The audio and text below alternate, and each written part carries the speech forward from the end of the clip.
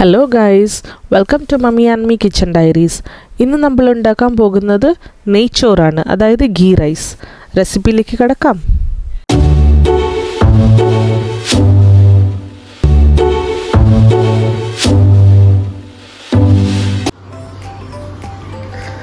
നെയ്ച്ചോറിനായിട്ട് ആദ്യം തന്നെ നമ്മൾ അരിയെടുത്ത് വെള്ളത്തിലിടാം.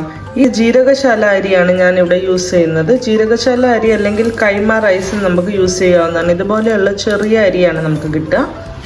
ഞാനിപ്പോൾ ഇതേപോലെ ഒരു ഗ്ലാസ്സിൽ 2 ഗ്ലാസ് അരിയാണ് എടുത്തിരിക്കുന്നത്. ഇത് 4 ആൾക്കാർക്കൊക്കെ കഴിക്കാൻ സഫീഷ്യൻ്റ് ആവും. അങ്ങനെ അരി നന്നായി കഴുകിയിട്ട് ഇതുപോലെ വെള്ളം ഊറിപ്പോകാനായിട്ട് നമ്മളൊരു സ്ട്രെയിനറിൻ്റെ ഉള്ളിൽ ഇറക്കി വെച്ചിരിക്കുകയാണ്. ഇനിയും നെയ്ച്ചോറിലേക്ക് വേണ്ട ചേരുവകൾ നമ്മൾക്ക് നോക്കാം. ഇതുപോലെ ഉള്ളി നീളനെ അരിഞ്ഞത് വേണം. തീരെ കനം കുറച്ച് നീളനെ അരിഞ്ഞ ഉള്ളി. ഇത് ഞാനൊരു 2 ചെറിയ സവാള എടുത്തിട്ടുള്ളത്. നമുക്കിതിൻ്റെ അളവ് വേണേൽ കുറയ്ക്കാം. പിന്നെ ഇത് ക്യാരറ്റ്, ഇതൊരു പ്രത്യേക ഫ്ലേവർ തരും. ഞാൻ ക്യാരറ്റ് ഇതേപോലെ ചീകിയാണ് എടുത്തിട്ടുള്ളത്. പിന്നെ 3 പച്ചമുളക് നടുക്കൊന്ന് ചെറുതായി ഞാനൊരു സ്ലിറ്റ് ഇട്ടിട്ടുണ്ട്. ഇതുപോലെ ഒന്ന് കീറിയെടുക്കണം. എന്നിട്ട് ഇതേപോലെ പച്ച ഏലക്ക 3 എണ്ണം, അതിൻ്റെ മുഖം ഒന്ന് ചെറുതായി ഇതുപോലെ പൊട്ടിച്ചെടുക്കാം. എന്നിട്ട് ഒരു ചെറിയ കഷ്ണം കറുവാപ്പട്ട. പിന്നെ നമുക്ക് ഡ്രൈ ഫ്രൂട്ട്സ് ആവശ്യമുണ്ട് ഇതിലേക്ക്. അപ്പോൾ ഡ്രൈ ഫ്രൂട്ട്സ് ഞാൻ കാഷ്യൂനട്ട് എടുത്തിട്ട് ഇതുപോലെ നടുക്കൊന്ന് കീറിയിട്ട് ഇതേപോലെ ഇട്ടിട്ടുണ്ട്. പിന്നെ കുറച്ച് ഉണക്കമുന്തിരി. ആദ്യം തന്നെ നമ്മൾ വെള്ളം ചൂടാക്കാനായിട്ട് വെച്ചിട്ടുണ്ട്. ഇതൊരു സാധാരണ പാത്രത്തിലാണ്. ഇതിലല്ല ഞാൻ നെയ്ച്ചോറ് ഉണ്ടാക്കാൻ പോകുന്നത്. ഇത് വെറും വെള്ളം തിളപ്പിക്കാനായി ഞാൻ വെച്ചതാണ്. ഇപ്പം ഞാൻ 2 ഗ്ലാസ് അരിയാണ് എടുത്തിട്ടുള്ളത്.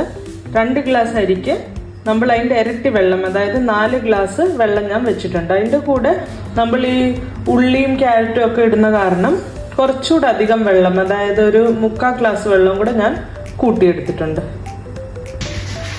നെയ്ച്ചോറ് ഉണ്ടാക്കാനായി ആദ്യമായി നമ്മൾ ഇതുപോലെ ഒരു വലിയ ഹെവി ബേസ് ഉള്ള ഒരു പാൻ എടുക്കാം. ഇതുപോലെ ഒരു പാൻ ഇല്ലാന്നുണ്ടെങ്കിൽ നമുക്ക് കുക്കറും യൂസ് ചെയ്യാവുന്നതാണ്. അത് കുറച്ച് കട്ടിയുള്ള, അടി കരിയാതിരിക്കാൻ കുറച്ച് കട്ടിയുള്ള പാത്രമാണ് നമുക്കിതിലേക്ക് ആവശ്യം. ഇനി അതിലേക്ക് ഒരു വലിയ സ്പൂൺ നെയ്യ് നമുക്ക് ചേർത്ത് കൊടുക്കാം. ഇതിവിടെ വീട്ടിലുണ്ടാക്കിയ നെയ്യാണ് ഞാൻ യൂസ് ചെയ്യുന്നത്. നെയ്യ് ഒന്ന് നന്നായി ചൂടായി വരണം. നെയ്യിനോടൊപ്പം തന്നെ ഇതുപോലെ ഒരു വലിയ ക്യൂബ് ബട്ടർ നമുക്ക് ആഡ് ചെയ്യാം. ബട്ടർ ഇട്ടാൽ കുറച്ചുകൂടെ നല്ല ഒരു ഫ്ലേവർ കിട്ടും നമ്മുടെ നെയ്ച്ചോറിന്. ഇത് വേണേൽ അവോയ്ഡ് ചെയ്തിട്ട് നമുക്ക് നെയ്യ് മാത്രം വെച്ചിട്ടായാലും ഇത് യൂസ് ചെയ്യാം. എനിക്ക് ബട്ടറും നെയ്യൂടെ ഇടുന്നതാണ് കൂടുതൽ ഇഷ്ടം. വെള്ളം നന്നായി തിളച്ച് വന്നിട്ടുണ്ട്. നമുക്കിത് ഓഫ് ചെയ്ത് വെക്കാം. ഗ്യാസിൻ്റെ ഫ്ലെയിം നല്ല ലോ ആക്കിയാണ് ഞാൻ വെച്ചിരിക്കുന്നത്. ഇനി നമുക്ക് നമ്മുടെ ഇൻഗ്രീഡിയൻസ് ഓരോന്നോരോന്നായിട്ട് ചേർത്ത് കൊടുക്കാം. ആദ്യമായി തന്നെ നമ്മൾ എടുത്തു വെച്ചിരിക്കുന്ന ഏലക്കായ, പച്ച ഏലക്കായും പിന്നെ കറുവാപ്പട്ടയും, അത് രണ്ടും കൂടെ നമുക്ക് ആഡ് ചെയ്യാം. അതിനോടൊപ്പം തന്നെ പച്ചമുളക് കീറിയതും നമുക്ക് ചേർത്ത് കൊടുക്കാം.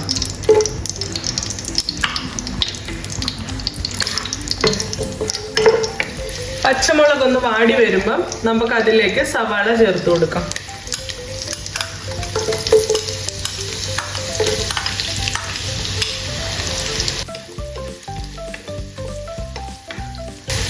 ഇനി നമുക്ക് തീ കുറച്ചൊന്ന് കൂട്ടി വെക്കാം.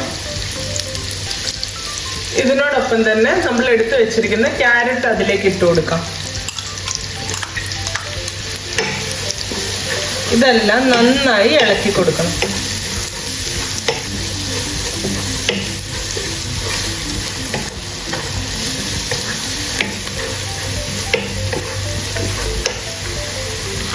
ഈ സവാളയും ക്യാരറ്റും കൂടി നമുക്ക് നന്നായി വഴണ്ട് കിട്ടണം. ഇത് ഒരുവിധം ഫ്രൈ ആയി വന്നിട്ടുണ്ട്. ഇപ്പോൾ ഇതിലേക്ക് ഇനി നമുക്ക് വേണ്ട നട്ട്സും കൂടി ആഡ് ചെയ്യാം. നട്ട്സ് വേണേൽ നമുക്ക് ലാസ്റ്റിൽ നെയ്യിൽ ഫ്രൈ ചെയ്ത് മേളിൽ നിന്ന് ചേർക്കാവുന്നതാണ്, ഗാർണിഷ് പോലെ. പക്ഷേ എനിക്കിഷ്ടം ഇതിലേക്ക് തന്നെ മിക്സ് ചെയ്യുന്നതാണ്. ഇത് എളുപ്പമാണ്. നമുക്ക് ഒരു സ്റ്റെപ്പ് അവോയ്ഡ് ചെയ്യാൻ പറ്റും. നമ്മൾ എടുത്തു വെച്ചിരുന്ന ഉണക്കമുന്തിരിയും കാഷ്യൂനട്ടൂടെ ഞാൻ ഇതിലേക്ക് ചേർക്കാൻ പോവാണ്.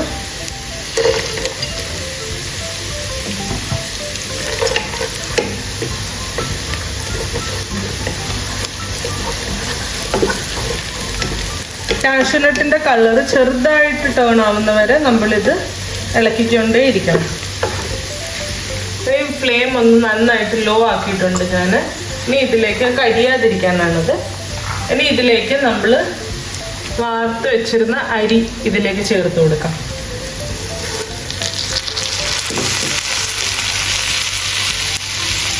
ഈ അരി നന്നായിട്ട് വറുത്തെടുക്കണം. ഒരു 2 മിനിറ്റ് ഇതേപോലെ ഇളക്കിക്കൊണ്ടേ ഇരിക്കണം. ചെറുതീയിലും മതി, തീ അധികം കൂടണ്ട.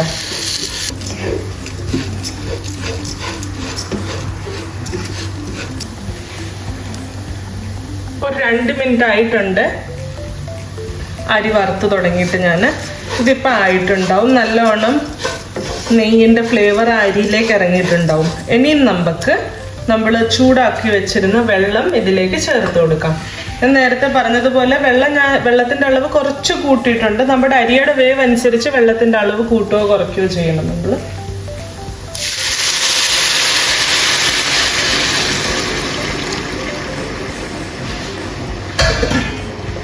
അങ്ങനെ ഇതിലേക്ക് വേണ്ടത്ര വെള്ളം ചേർത്ത് എടുത്തിരിക്കുകയാണ്. ഒരു തിള വരുന്ന വരെ നമുക്ക് ഫ്ലെയിം ഒന്ന് കൂട്ടി വെക്കാം.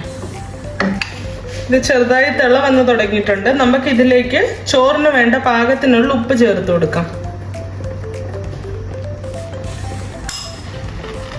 ചോറിന് ഉപ്പ് ചേർക്കുമ്പോൾ ഇതേപോലെ കുറച്ച് വെള്ളം അതിൻ്റെ എടുത്തിട്ടൊന്ന് ടേസ്റ്റ് ചെയ്ത് നോക്കണം. ആ വെള്ളത്തിൽ ഉപ്പ് അമിതമായി നിൽക്കണം. ഇച്ചിരി ഏറെ ഉപ്പ് തോന്നിച്ചാലേ ചോറ് ആ ഉപ്പ് പിടിച്ചെടുക്കുമ്പം കറക്റ്റ് ആവുള്ളൂ. അല്ലെങ്കിൽ നമുക്കിതിൽ ഉപ്പ് കുറഞ്ഞു പോകും. നമ്മൾ വെച്ച ചോറ് നന്നായിട്ട് തിളച്ചു തുടങ്ങി. ഇനി നമുക്കിത് തീ എത്രത്തോളം കുറയ്ക്കാവോ അത്രയും കുറച്ച് വെച്ചിട്ട് അടച്ചു വെച്ച് വേണം ഇത് വേവിക്കാൻ.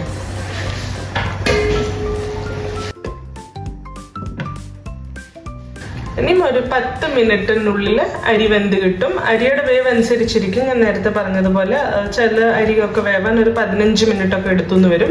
ഇടയ്ക്ക് നമ്മൾ തുറന്നൊന്ന് അടിയിൽ പിടിക്കാതെ ഒന്ന് ചെക്ക് ചെയ്യണം, ഒന്ന് ഇളക്കി കൊടുക്കണം ചെറുതായിട്ട്.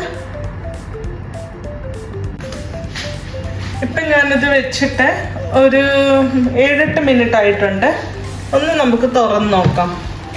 ഇത് വെള്ളമൊക്കെ ഇതുപോലെ പറ്റി തുടങ്ങിയിട്ടുണ്ട്.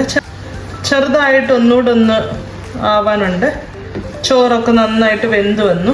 ഇതുപോലെ ഒന്ന് ഇളക്കി കൊടുക്കണം. ചോറ് കുഴഞ്ഞു പോകാതെ സൂക്ഷിക്കണം. ചോറ് ഓൾറെഡി വെന്തു. കുറച്ചുകൂടെ വെള്ളം ഇതിൽ ബാക്കിയുണ്ടെന്നുണ്ടെങ്കിൽ തീ കുറച്ച് വേണേൽ കൂട്ടി വെക്കാവുന്നതാണ് നമുക്ക്. ഇതിപ്പോൾ എൻ്റെ കുറച്ചുകൂടെ വേവുണ്ട്.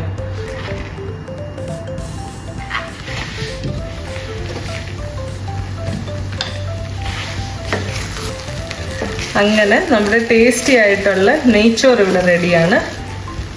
ചോറ് ഇതുപോലെ ഒന്നൊട്ടാതെ നല്ലതായിട്ട് കിട്ടും നമുക്ക്. ഇനി ഇത് ഗ്യാസ് ഒന്ന് ഓഫ് ചെയ്തിട്ട് ഒരു 2 മിനിറ്റ് ഇതിൻ്റെ ആവി ഒന്ന് പോകാനായിട്ട് നമുക്ക് വെയിറ്റ് ചെയ്യാം. അല്ലെങ്കിൽ ചോറ് കുഴഞ്ഞു പോകും. അങ്ങനെ ഞാനിതൊരു സെർവിങ് ഡിഷിലേക്ക് മാറ്റിയിട്ടുണ്ട്. ഇത് കണ്ടു, ഇതുപോലെ നല്ല ടേസ്റ്റി ആയിട്ട് കിട്ടും നമുക്ക് ഈ ചോറ്.